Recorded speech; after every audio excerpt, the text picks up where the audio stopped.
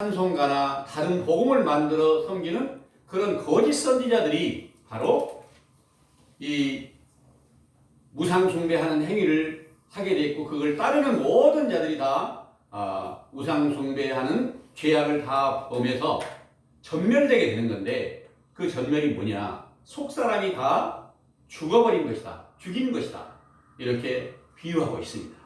그래서 육체를 다 죽였다면 다 알았을 텐데, 또 육체를 죽인 일이라면 세상에 한 사람도 살아있을 사람이 없는데 영적인 일이기 때문에 속 사람이 다 죽은 자 가운데 있게 하셨다는 것을 여러분들은 믿으시기 바랍니다. 아멘. 그래서 우리는 이제 거짓 선지자의 외식하는 교훈을 완전히 버리는 지혜를 꼭 얻으셔야 된다는 것을 믿으시기 바랍니다. 아멘. 여러분 모두 다 함께 우상 숭배하는 행위, 그러니까 성경의 말씀이 진실인지 거짓인지를 정확하게 구별해서 거짓을 버리고 진실을 찾는 지혜가 함께 임하셔서 모두가 다 천국 백성으로 돌아가시게 되기를 간절히 원합니다. 아멘. 네, 오늘날 이 세상에 이제 요한복음 16장 9절의 말씀이세요. 한번 읽어보겠습니다. 요한복음 16장 9절에 믿지 않는 것이, 예수님을 나를 믿지 않는 것이 곧 죄라, 이렇게 말씀하셨습니다. 그러니까 예수님을 믿고 교회를 나간 사람은 나는 믿고 있으니까 죄인 아니지, 이렇게 착각할 수 있죠. 근데 그 믿음이라는 것이 여러분들에게 무엇을 알려드렸느냐 하면, 믿음이라는 것은 우리 속에 그리스도 예수께서 살아서 나타나셔서 내가 믿는 게 아니라 그리스도께서 함께 계셔서 믿는 믿음에 들어가는 이것이 바로 아들이신 예수 그리스도를 확신하게 믿는 것이고, 그때 죄에서 벗어나는 거다. 그러니까 오순절에 성령 세례를 받았을 때 예수 그리스도의 피로써 모든 죄를 씻기시고 그 안에 그리스도의 생명이 나타나게 되시니까 그때 비로소 죄에서 벗어나 믿음 안에 들어가는 것이다. 그리고 그 믿음이 있는지 없는지를 고린도후서 13장 5절에서 너희가 믿음에 있는가 너희 자신을 시험하고 확증해봐라, 이렇게 말씀하셨는데, 그것은 바로 예수 그리스도께서 너희 안에 계신 줄을 너희가 스스로 알지 못하느냐, 그렇지 않으면 너희가 버리운 자라, 이렇게 말씀하신 증거대로 그리스도가 안 계신 모든 자들은 다 버려져 있는데, 왜 버려졌느냐? 당연히 우상 숭배하는 죄와 모든 죄악을 다 범하는 것이기 때문에 버려졌다고 성경은 말씀하시고 있습니다. 아멘. 이래서 이제 사도들로 증거한 말씀에 갈라디아서 5장 20절에서 24절을 한번 읽어보겠습니다. 갈라디아서입니다.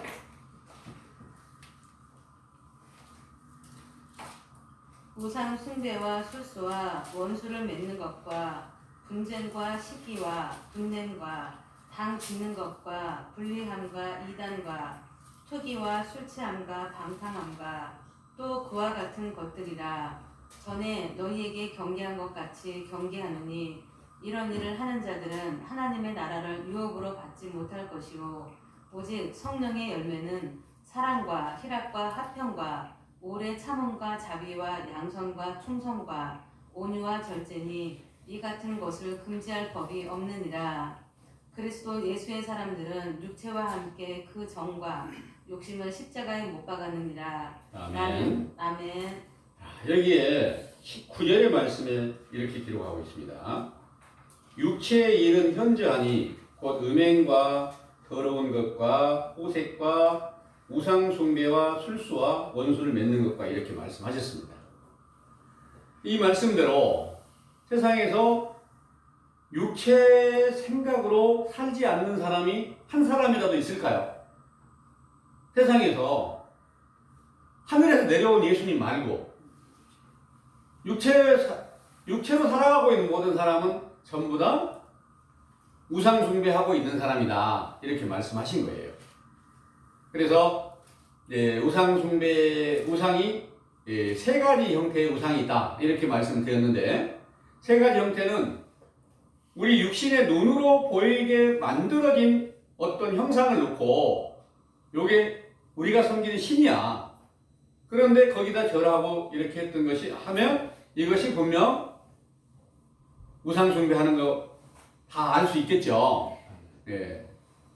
그런데 그리고 또 한 가지는 성경에 있는 말씀을 가지고 영적인 우상이 영적으로 보이는 거예요. 말씀으로.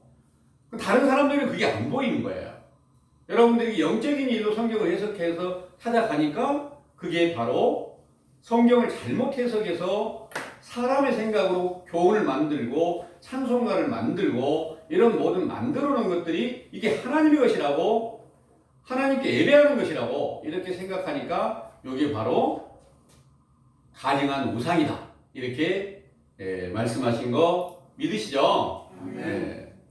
또 영원히 남아있는 것들이 완전하게 육신의 생각들이 항상 완전하게 다 남아있지는 않다는 거예요. 그런데 완전하게 버려진 건 아니다는 거예요. 남아있다는 거예요. 그런데 예수님께서 이제 십자가로 그 모든 정과 욕심을 갖다가 죽게 만드는 성령 충만함을 주시면 그때 내 능력으로 죽인 게 아니라 예수님께서 함께 나타나셔서 그것으로 다 죽이게 됐을 때 비로소 성령의 아름다운 열매를 맺게 하셨다는 것을 믿으시기 바랍니다. 아멘. 죄를 지으면 반드시 사망에 이르게 된다는 말씀이 로마서 6장 23절의 말씀이 돼요. 그러면 우리가 다 육신에 속해서 우상 숭배하지 말라는 명령과 모든 명령을 다 거역하고 있는데 이 죄악 때문에 속사람이 죽어있다. 죽어있는데 이 죽어있는 속사람을 다시 살릴 수 있는 그 길이 지금 여러분들 앞에 와 있다. 그러면 그 사실을 여러분들은 이제 정확하게 듣고 따르셔야 되겠죠. 네. 내가 죽어 있는데 살 길이 있는데 그거 자세하게 듣지 못하고 믿지 못하고 그 길 따르지 못하면 영원한 사망에 이르고 지옥 불못의 심판을 받게 될 수밖에 없다는 것을 믿으시기 바랍니다. 이제 우리는 그런 가증한 우상을 첫 번째와 두 번째 우상을 마태복음 7장에서 뭐라고 성경이 말씀하셨냐면은 들보와 같은 죄악이다 이렇게 말씀하세요. 7장 3절에서 5절의 말씀입니다. 그런데 거기서는 들보와 티끌에 대한 비유가 있어요. 들보는 딱 가려지면 한 가지도 바르게 볼 수가 없죠. 근데 티끌은 좀 가려지는데 티끌이 끼어져 있으면 굉장히 답답하지 않습니까, 여러분들? 들보로 끼어져 있으면 전혀 몰라요, 답답하지도. 예. 그런데 만약 내 안에 지금 내게 들보가 끼어져 있다 이 사실을 발견하면 엄청 답답하겠죠. 예. 티끌은 쉽게 발견이 되나 들보는 전혀 발견을 할 수가 없는데 만약 발견했다면 그것들을 빨리 벗어나야 돼. 빨리 빼내버려야 된다는 거죠. 그러니까 첫 번째와 두 번째 그 우상이 들보로 비유를 하고 세 번째 각 사람의 마음에 탐욕이 있는 것이 티끌로 비유를 한다. 그래서 지금 여러분들은 감람원의 교훈을 듣고 참 하나님의 진리의 교훈 안에 들어와서 회개하고 있는 과정이 있으니까 이 회개하신 여러분들은 이미 들보는 뺐어요. 빼진 거 맞죠? 빼신 거 맞죠? 네, 빼진 거 맞습니다. 뺐는데 여러분들에게 티끌이 남아있어요. 네. 그 티끌이 많이 쌓이면 그것 또한 너무 답답하겠죠.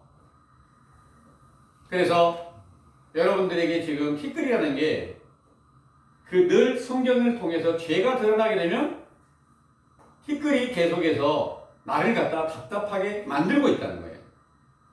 그러면 세상에서 내가 눈에 티끌이 계속 끼어서 견딜 수가 없어. 그럼 어디 갑니까? 안과에 가야 되잖아요. 예. 그래서 안과에 가서 안약 넣고 이렇게 하잖아요. 그 안약을 사서 바르라는 말씀이 계시록에 기록한 말씀이 있어요. 예. 그 안약이 여러분들에게 무엇이 안약이겠어요? 영적 안약은 바로 하나님의 진실한 말씀이며 그 말씀이 의로운 말씀이었을 때 이 말씀이 곧 안약이 된다는 거죠. 예. 선하신 참 하나님의 말씀이 여러분들 안에 여러분들의 마음의 눈에 안약인 것을 믿으시고 그 안약을 구해서 계속 쓰시고 안과 선생님은 누굴까요? 하나님께서 바로 모든 병을 고치시는 그런 병원 의사 맞죠? 하나님 본체이신 예수님이 의원이셨거든요. 그래서 육체의 병도 고치시고 또 믿는 제자들에게는 반드시 영적인 모든 질병을 다 고쳐주신 줄을 믿으시기 바랍니다. 네. 그 제자들이 회개하고 돌아오니까 예수님께서는 그들을 전부 다 자기 사람으로 이렇게 만들고 천국 백성으로 돌아가게 하시려고 자기가 모든 병과 모든 죄를 다 담당을 해가지고 십자가에 죽으시고 다시 부활하신 거 맞죠? 부활하셔가지고 제자들 앞에 그 신령한 육체를 보여주셨어요. 보여주시고 내가 아버지께 올라갔다가 다시 오겠다. 그 약속을 오순절에 지켰는데 예수님께서 처음 제자들에게 부활하시니 나타났을 때는 제자들 바깥에서 제자들의 마음의 눈을 뜨게 했을 때 그 육신의 눈과 마음의 눈이 함께 볼 수 있게 하신 거예요. 그 전에 봤던 것처럼 똑같이 봐게 했다는 거예요. 했는 거예요. 그런데 다시 오이겠다는 약속대로 오순절에 나타나신 그분은 바깥에서 볼 수 있는 게 아니라 속사람으로 나타났으니까 마음의 눈을 뜨게 해가지고 보여주신 바 됐기 때문에 다른 사람들은 일체 볼 수가 없는 거예요. 그런데 그분은 그 보는 것에 대해서 제자들에게는 다시 보여주지만 악인들에게는 절대로 다시 보여주지 않는다. 그러니까 세상의 육체를 입고 오셨던 예수님은 십자가에 못 박은 사람들도 다 봤어요. 그런데 부활하신 분은 제자들만 보여줬다는 거예요. 그분이 봤을 때 그분은 완전하게 속의 새 생명으로 나타나신 걸 봤을 때 그분이 모든 죄를 다 씻겨주고 우상 숭배하는 죄나 모든 죄악이 다 씻겨져서 성령의 아름다운 열매를 맺혀주는데 그때 말씀이 육신이 되신 예수 그리스도께서 속에서 새 생명으로 나타나 계시니까 참 빛이 비침을 주는 거다. 이렇게 말씀하신 거예요. 그 참빛을 비침을 받은 그분이 바로 사도들이다 그 말입니다. 그래서 사도 바울께서 본문에서 우상 숭배하는 일을 피하라. 과거에 우상을 숭배하던 자들이 하루에 23,000명이나 이렇게 죽었지 않냐. 이런 것들을 보고도 경계를 못 삼냐. 그런데 사도시대의 역사가 끝난 때 우상은 어떤 것이었느냐. 그때는 바리새인들이 가지고 있는 것과 똑같이 사도들을 배도하고 다른 복음을 쫓아 믿는 무리들이 거짓 선지자들의 외식적 교훈을 갖다가 다른 복음이 바로 하나님 앞에 가증한 우상이 되었음을 너무나 이렇게 자세하게 알려주시고 계시는 겁니다. 베드로후서를 한번 보겠습니다. 베드로후서 2장 1절에서 3절을 한번 보겠습니다.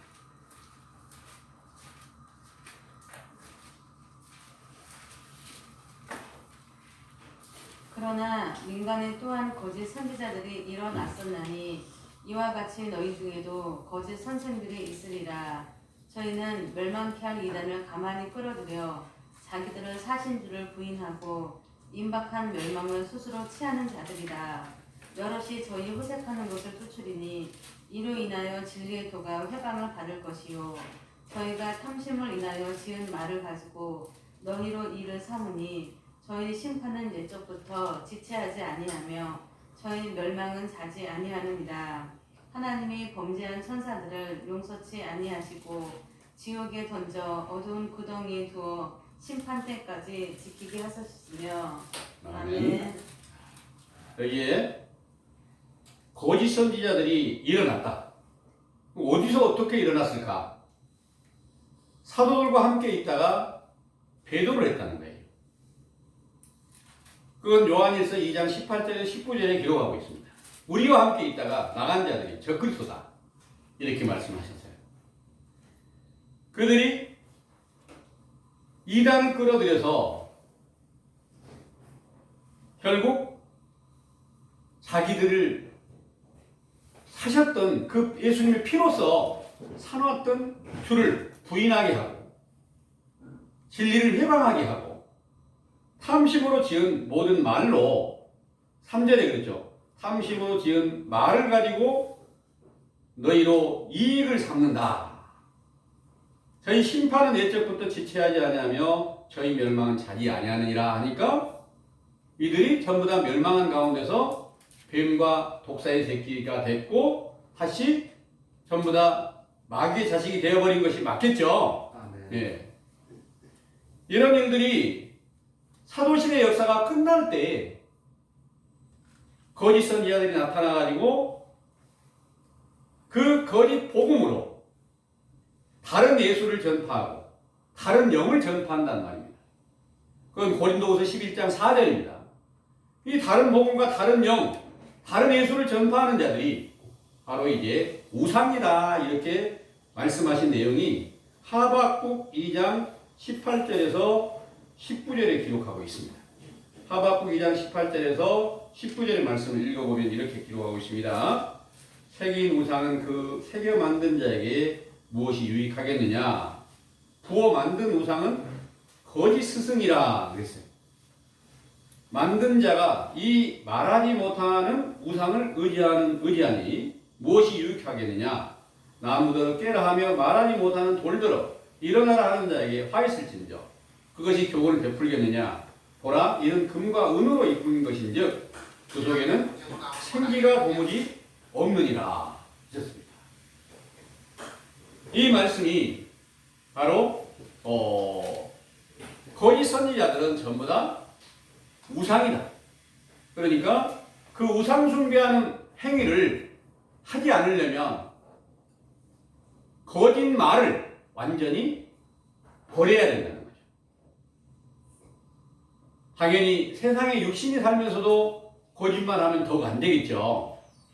그런데 하나님의 말씀을 찾아간다고 하면서 확실치 못한 말은 전부 거짓말이 되는 거예요. 거짓말하는 자들 가운데서는 당연히 귀신의 영이 함께할 수밖에 없다는 거죠.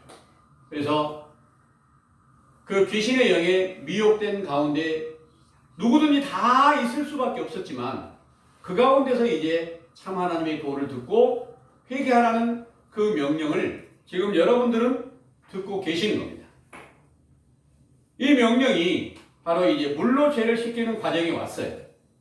그러면 이 가운데서 여러분들이 날마다 회개를 하게 되면 점점 우리가 열심히 부르짖고 외치면 인자의 때가 다시 임하시게 된다는 것을 여러분들은 믿으시길 바랍니다. 아멘. 인자의 때가 임하시면 반드시 또다시 사도들과 같이 오순절에 성령 충만함을 주셨을 때 그 영광의 날이 임하게 됐을 때 완전히 이제 그리스도의 살과 피로 먹고 마시는 그런 영광의 빛을 우리로 볼 수 있게 하신다는 것을 믿으시기를 원합니다. 아멘. 기도하겠습니다.